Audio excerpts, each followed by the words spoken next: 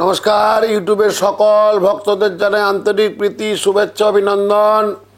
নতুন বছর 2024 সাল শুভ হোক, এই শুভ কামনা করি আদ্যাশক্তি মহামায়া তারাময়ী রাতুল চরণে এবং বিশ্বব্রহ্মাণ্ডের যিনি সেই জাগতিক পাওয়ার বিশাল ব্যাপার সেই ভগবান শ্রীকৃষ্ণের চরণে প্রণাম জানাই। হে কৃষ্ণ করুণা সিন্ধু দীনবন্ধু জগৎপথে গোপেশ গোপিকাকান্ত রাধাকান্ত নমস্তুতে। নমকৃষ্ণায় নমকৃষ্ণায় নমকৃষ্ণায়। সর্বমঙ্গলে মঙ্গলে শিবে সর্বার্থ সাধিকে শরণ্যেত্রম্যাকে গৌরী নারায়ণী নমস্তুতে। আজকে আসছি, অনেকে মুখিয়ে আছে, তাই তো আমার রাশি তো কর্কট। তো কর্কট রাশি সম্বন্ধে শাস্ত্রী যদি কিছু বলেন, তো কর্কট রাশি অধিপতি হচ্ছে চন্দ্র। এই চন্দ্র আমাদের জীবনে, চন্দ্র হচ্ছে মান, চন্দ্র হচ্ছে মাতা, চন্দ্র হচ্ছে গৃহ। এই কর্কট রাশিতে 2023 সাল অনেক কিছু, অনেক ঘটনা গেছে আমি জানি, কারণ আজ 35 বছর ধরে মায়ের চরণে আপনাদের সেবায় প্রচুর মানুষের সঙ্গ আমি করেছি, অনেক ভক্ত শিষ্যের সঙ্গ আমি করেছি। রাশিগত দিক আমি দেখেছি, লগ্নগত দিক আমি দেখেছি, সেখানে অনেক কিছু নানান রকম ডিস্টার্ব গেছে, আবার অনেকের ক্ষেত্রে অনেক ভালো, একদম বর্ণময় তাদের চিন্তাভাবনা ছিল এবং তাদের আগামী দিন ভালো হয়েছে ঘটনা সত্য, এবং তাদেরও ভালো, অনেক ক্ষেত্রে ভালো হয়েছে। সবার ক্ষেত্রে সমান নয়, এটা হচ্ছে ঘটনা। এবার রাশিগত দিক তো আমি বলবোই, সঙ্গে তার যদি দশান্তর্দশা সাধ না দেয় তাহলে আমি দেখেছি অনেক ক্ষেত্রে নেগেটিভ হয়ে যায়, আবার অনেক ক্ষেত্রে এত পজিটিভ হয়, ধন বলুন, দৌলত বলুন এবং তার চিন্তাভাবনা বলুন, অনেক অনেক কিছু ব্যাপার থাকে। এক্ষেত্রে একটা কথা বলবো, আপনারা যে জন্য শুনতে চাচ্ছেন যে তাই তো 2024 সাল কর্কট রাশির ক্ষেত্রে কেমন যাবে, সবার একটা আকাঙ্ক্ষা কিন্তু থাকে। তাই তো আমার তো কর্কট রাশি, তাই তো আমার 23 সালে এই গেছে, কিছু ভালো হয়েছে অনেকের বললাম, কিছু ক্ষেত্রে অনেকের খারাপ হয়েছে। তাহলে 24 সালটা আমাদের কেমন যেতে পারে? 2024 সাল বলবো, যাদের বিবাহ নিয়ে সমস্যা ছিল, বিবাহ হচ্ছিল না, এবং যারা সম্বন্ধ করেও বিবাহ করার চিন্তা ভাবনা করেছেন, তাদের কিন্তু 2023 সাল হয়নি বিবাহ, না অনেকের হয়নি, অনেকের হয়নি। এবং যারা প্রেমিক যুগল, যারা প্রেম টেম করছেন, তাই তো ডিসিশন নিতে পারছেন না 23-এর শেষে করব না 24-এ করব, এইরকম একটা দুদুল্যমান ব্যাপার চলছে। তো সেই সব বন্ধুদের জন্য আমি বলছি, সেসব বোনেদের জন্য আমি বলছি যে তাদের ক্ষেত্রে কিন্তু 2024 সাল বিবাহ ভীষণ শুভ। যারা অবিবাহিত, বিবাহের ভালো সম্ভাবনা রয়েছে 2024 সাল কর্কট রাশির ক্ষেত্রে। তারপরে আসছি পারিবারিক পরিবেশ হবে আনন্দময়। যে পরিবেশটা আপনাদের ছিল খুব খারাপ, তাই তো অনেক দিন অনেকের সঙ্গে, আত্মীয়দের সঙ্গে সামাজিক রিলেশন, আমাদের সবাই কিন্তু সামাজিক রিলেশন দরকার আছে। আত্মীয় মানে কি? আত্মার সঙ্গে আত্মার কানেকশন। আপনি নিজে কিছু করলেন, খেলেন, চলে গেলেন, আর আত্মীয়দের সঙ্গে মেলামেশা করলেন না, সামাজিক রিলেশন রাখলেন না, কোনো অনুষ্ঠান বাড়িতে আপনি অ্যাটেন্ড করলেন না, তাদের খোঁজ খবর রাখলেন না, এটা একটা স্বার্থপরের কাজ আমি মনে করি। সবার সঙ্গে সম্মিলিতভাবে থাকার নামই হচ্ছে জীবন। আমাদের ছোট্ট একটা জীবনের মধ্যে আনন্দই হচ্ছে পরমব্রহ্ম। যিনি আনন্দ করতে পারেন না, তিনি ব্রহ্মের ঠিকানা খুঁজে পান না। আনন্দই হচ্ছে আমাদের কেবলম, আনন্দই হচ্ছে জীবনম। তাহলে আনন্দ ছাড়া আমরা বাঁচতে পারি না। বিয়ে বাড়িতে কী হয়? আপনি কি মাথাটা নিচু করে যান? না, আনন্দ করতে যান, নাচা গানা, ডিজে, আনন্দ, খাওয়া দাওয়া, হই হুট্টগোল, সেলফি, এই যে আনন্দময় 3 ঘন্টা বিয়ে বাড়িতে রইলেন, কত সেলফি তুললেন বলুন তো, কত ছবি, কত আনন্দ, পরিচয় বার্তা সারলেন, এটার নামই 3 ঘন্টা খুব ভালো কাটলেন। যখন জামা প্যান্টগুলো এসে খুলছেন, না মনে মনে ভাবছেন খুব ভালো কাটলো, ওর সঙ্গে আলোচনা হলো, এই কন্যের পিসিমার সঙ্গে আলোচনা হলো, এই কনের মাসিমার সাথে আলোচনা হলো, হায় ওনার একজন ভালো চাকরি করেন তিনি এলেন, এই যে নিজেদের ঘরোয়া আলোচনা, ওই সময়টা তো ভালোই গেল, পরের সময়টা পরের দিনও এই আলোচনারত আমরা অবস্থায় থাকি। তাহলে সামাজিক রিলেশন দরকার আছে প্রত্যেকের মানুষের জীবনে।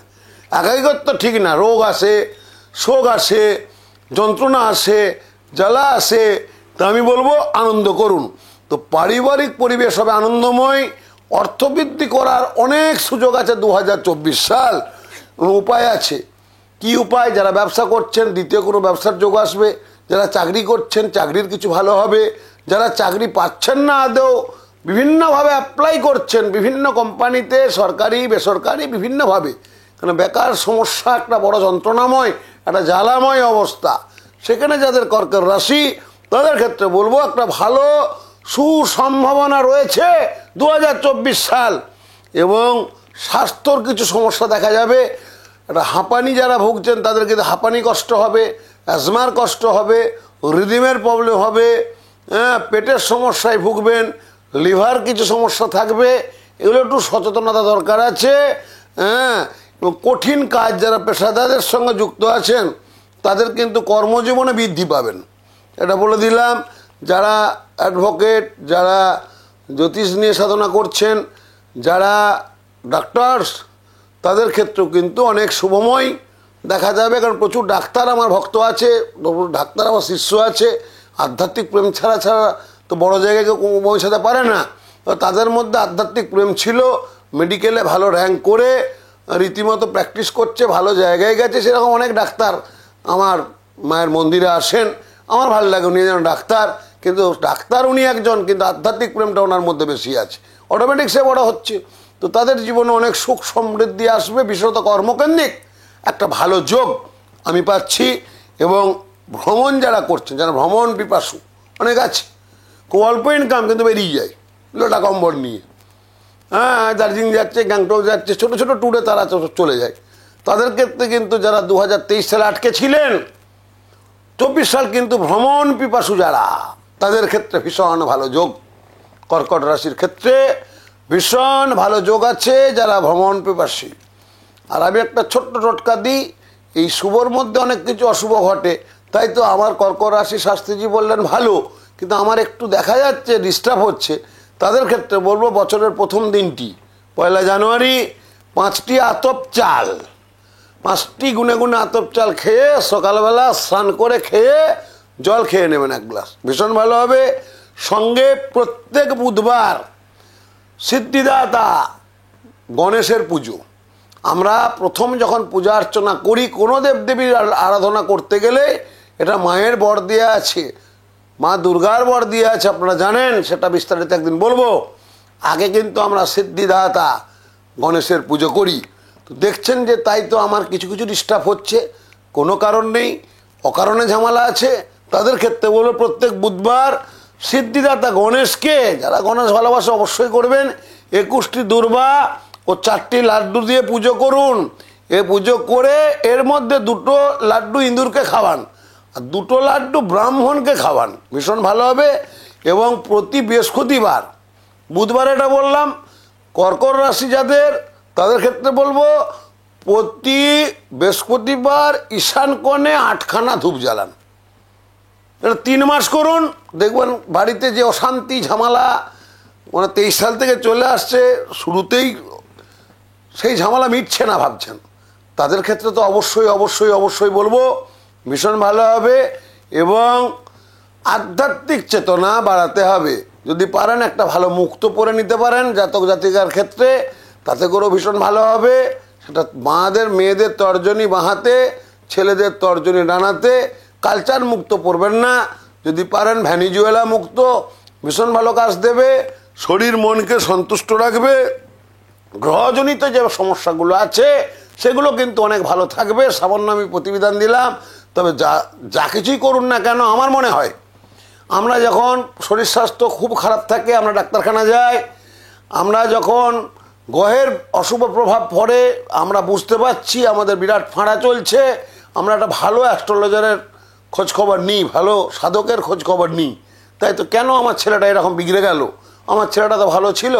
যা কিছু পড়বেন কোনো পেশাদার জ্যোতিষের কাছে গিয়ে, যারা এই জগতে প্রতিনিয়ত আছেন তাদের কাছে গিয়ে আপনি করে নিতে পারেন, নইলে কিন্তু ঠকতে হবে। কারণ মুক্ত বললাম আমি, মুক্ত অনেক ধরনের হয়, একটা কালচার মুক্ত পড়ে নিলেন কিচ্ছু কাজ পাবেন না। তো সেখানে রত্নের একটা ভাগ আছে, রত্ন ছাড়াও অনেক কিছু টোটকার ব্যাপার থাকে যেগুলো আমি দিয়ে থাকি, দিয়ে আসছি, দিয়ে যাব। আপনারা অনেক ভালো আছেন, তাতে আমার অনুষ্ঠান তো আপনারা দেখেন, সাবস্ক্রাইব করছেন, ভালো লাগছে, শেয়ার করুন, আরও ভালো লাগবে। আর যদি মা চায়, তারা মা চায়, ভগবান কৃষ্ণ যদি আশীর্বাদ করেন তো আত্মা কানেকশন হয়ে গেলেই আমার ঠিকানা তো যাচ্ছেন জানেনই, আজকে 35 বছর তো কম নয়, একাশনে মায়ের চরণে চেম্বারে আপনাদের সেবায় নিয়োজিত প্রাণ অধমের বিশ্বনাথ শাস্ত্রী। সবাই ভালো থাকুন, সবার শুভ হোক, এই শুভ কামনা করি আদ্যাশক্তি মহামায়ার চরণে। হরি ওং দশতম, হরি ওং দশতম, হরি ওং তৎসতম।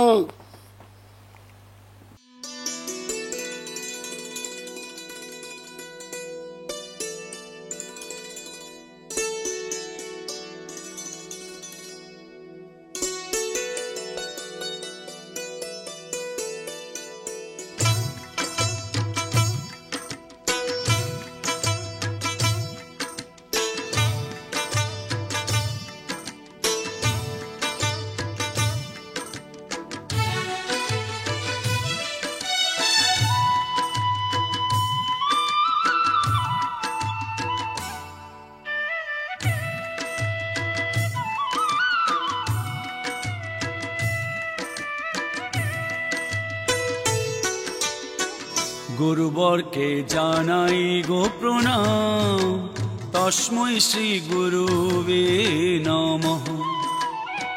গুরুবরকে জানাই গো প্রণাম, তস্मै শ্রী গুরুবে নমঃ।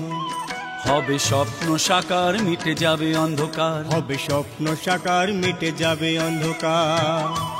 শ্রী শ্রী বিশ্বনাথ শাস্ত্রী জেনার নাম, শ্রী শ্রী বিশ্বনাথ শাস্ত্রী জেনার নাম, তস্मै শ্রী গুরুবে নমঃ। গুরুবরকে জানাই গো প্রণাম, তস্मै শ্রী গুরুবে নমঃ। গুরুবরকে জানাই গো প্রণাম, তস্मै শ্রী গুরুবে নমঃ।